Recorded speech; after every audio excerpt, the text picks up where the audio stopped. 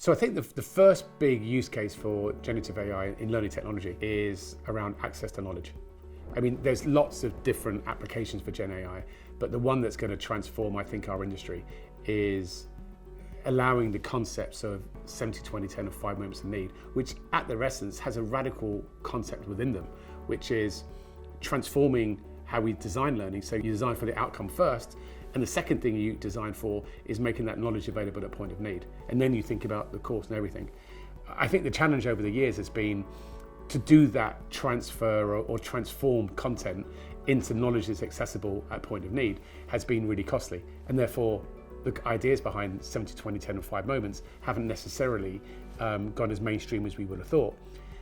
This is the moment. Generative AI allows those brilliant ideas to be supercharged. It allows the concepts that Bob Mosher and Charles Jennings and others out there to become real by allowing the technology of AI to do all the hard work of having to transform content. So what does that mean from a company perspective? It means that there are certain programs, functions, which are going to get a huge increase in productivity.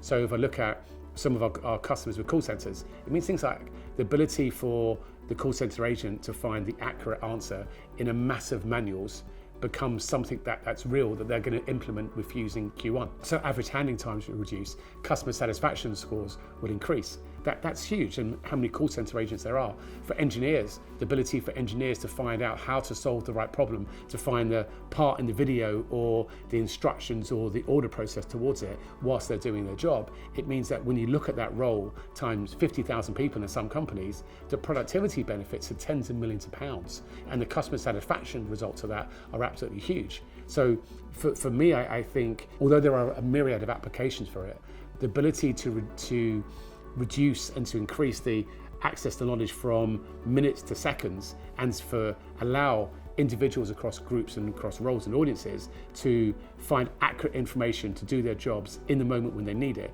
it totally transforms what we try to stuff into their brains. So it transforms the training and learning industry.